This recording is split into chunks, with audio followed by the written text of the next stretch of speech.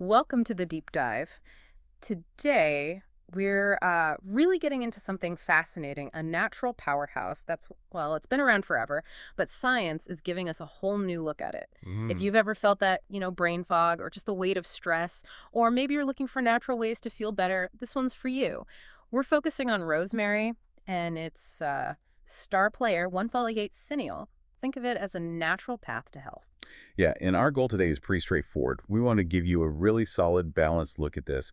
We'll dig into the science, the history behind it, and importantly, what you need to be careful about. We want you to walk away with, the information you need to see if this ancient herb fits into your life today. Definitely. And hey, if you love this kind of deep dive, you should really check out Mind Expansion Daily. That's where you'll consistently find more great insights like this, really valuable stuff to feed your curiosity. So, rosemary. Most of us think cooking, right? Kitchen staple, but its history goes way, way back. Like the ancient Egyptians, they used it in embalming, which is kind of amazing, linking it to memory preservation even then. Right. It's fascinating. And then the Greeks, it was sacred to Aphrodite. But the really cool part, students would wear like rosemary garlands during exams to sharpen their memory. Incredible, isn't it? Centuries before we had the tech to understand why, they just knew. Exactly. It's like this ancient wisdom we're only now fully validating. Even in the Middle Ages, people burned it like incense. They thought it could ward off plagues, evil spirits. Which hints at those antimicrobial properties we can actually measure today. Yeah. And that's what makes rosemary so compelling, right? This blend of like ancient intuitive use and modern science backing it up. It's not just some old story. It's why it's still so valued. Right. Beyond the kitchen, herbalists, traditional ones, they still recommend it for headaches, indigestion, aches and pains, fatigue. And the key thing for us today is that compound, 138 cineole. It can be up to like 50% of rosemary essential oil. Wow, 50%. Yeah, it's a major component. And it basically ramps up those traditional effects, giving them a solid scientific foundation. Okay, that gets me thinking. We know it smells great, but what is it about 138 cineole specifically? What's the chemical secret here? Well, it's chemically speaking, it's a monoterpene oxide. That's just a type of molecule common in plants, often giving them their smell. 138 cineole is responsible for that really fresh, sort of camphor-like scent. You might recognize it from eucalyptus too. Oh, okay. Yeah. But it's more than just the smell. Its structure allows it to get absorbed into your bloodstream really quickly. And crucially, it can cross the blood-brain barrier. Ah, okay, that's key. Direct access to the brain. Exactly. And that's why it can have such a noticeable effect on how you think and feel. Hmm. Studies actually show a link between the levels of 148 cineole in your blood and better cognitive performance. It seems to interact with neurotransmitters like acetylcholine, which is super important for memory and learning. Right. And it doesn't work alone. That's another important point. It works together, synergistically, with other compounds in rosemary, like rosmarinic acid, carnosic acid. That synergy often means the whole plant, or the essential oil, gives you broader benefits than just taking one isolated bit. That makes sense. The whole is greater than the sum of its parts kind of thing. Precisely. So crossing the blood-brain barrier, affecting neurotransmitters, that leads us right to the big one, brain health. Mental clarity. I mean, who doesn't feel that cognitive strain sometimes? A natural boost sounds really good. It really does. And the research here is pretty compelling. There were studies out of Northumbria University showing that just inhaling rosemary aroma could make people more alert, faster, and more accurate on mental tasks. Just inhaling it. Yeah.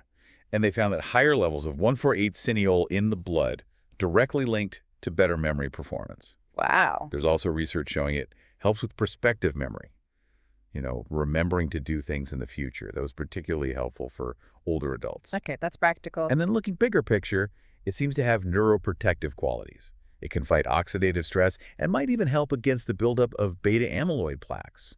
That's, potentially really significant for things like age-related cognitive decline or even Alzheimer's. No, that's huge. So for you listening, this could mean simple things like diffusing some rosemary oil when you need to focus for work or study, or maybe just enjoying a cup of rosemary tea for a gentler effect.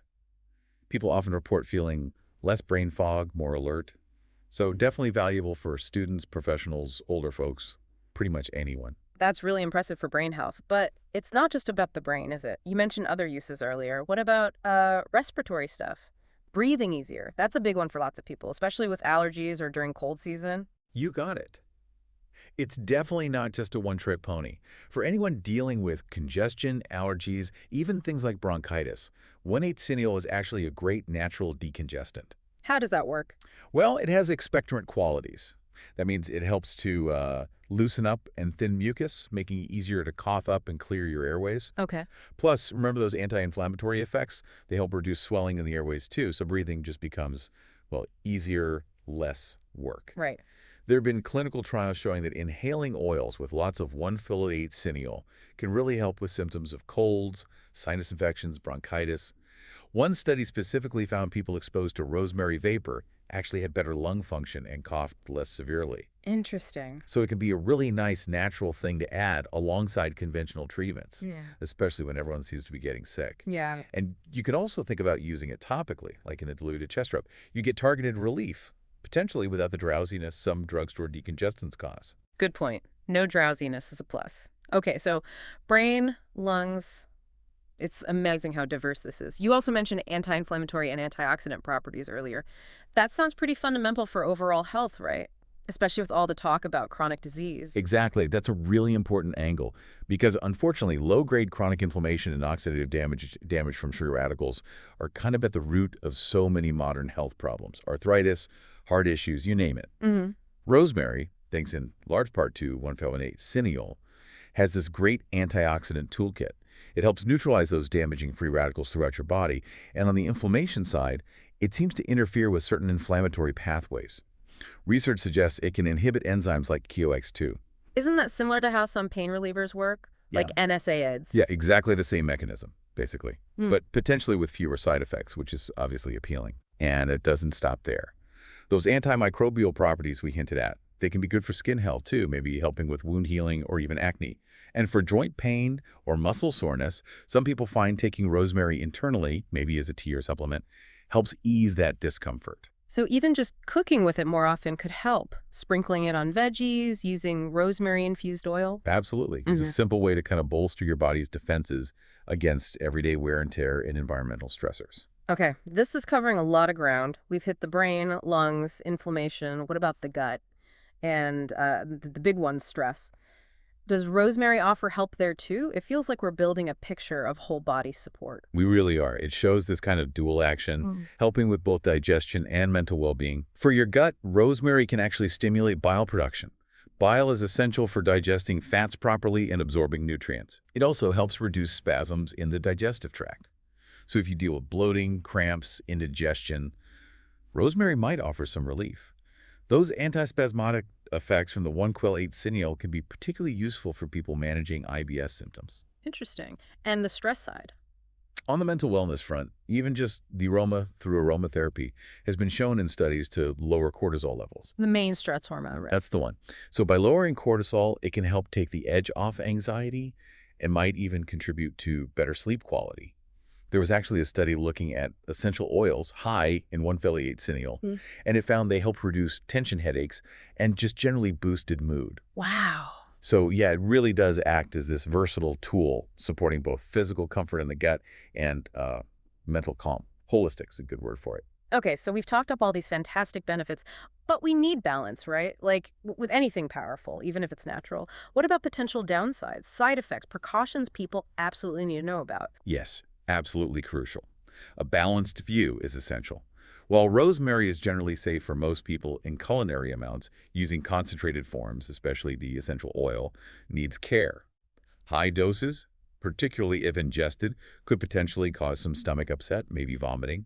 Applied straight to the skin, undiluted oil can cause irritation. Okay. And for people who are sensitive, there's a possibility of allergic skin reactions like dermatitis from topical use. It's also worth noting, though it seems very rare and linked to excessive amounts of concentrated forms, there have been reports of seizures in susceptible individuals. So caution is warranted there. Right. Any specific groups who should be extra careful? Yes.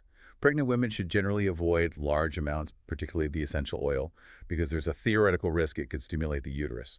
Also, people with epilepsy or high blood pressure should use it cautiously and ideally talk to their doctor first. Good to know. What about medications?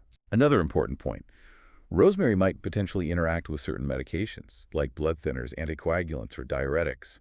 So if you're on medication, especially for those conditions, Definitely check with your doctor or pharmacist. Makes sense.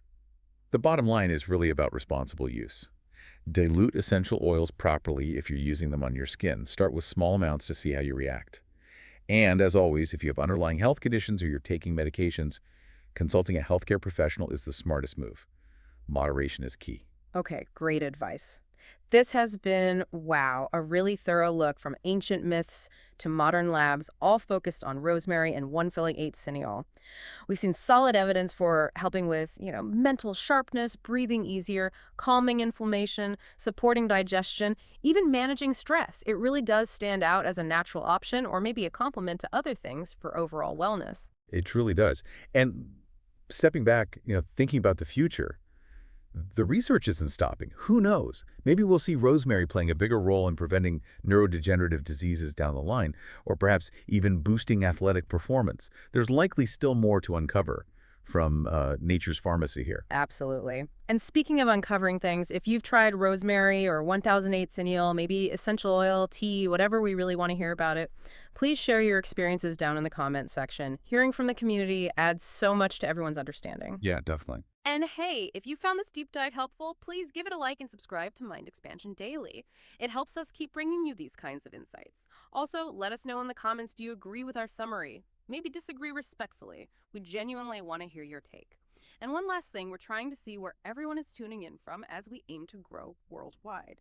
So could you do us a favor and just type your location, city, state, country, whatever you're comfortable with in the comments?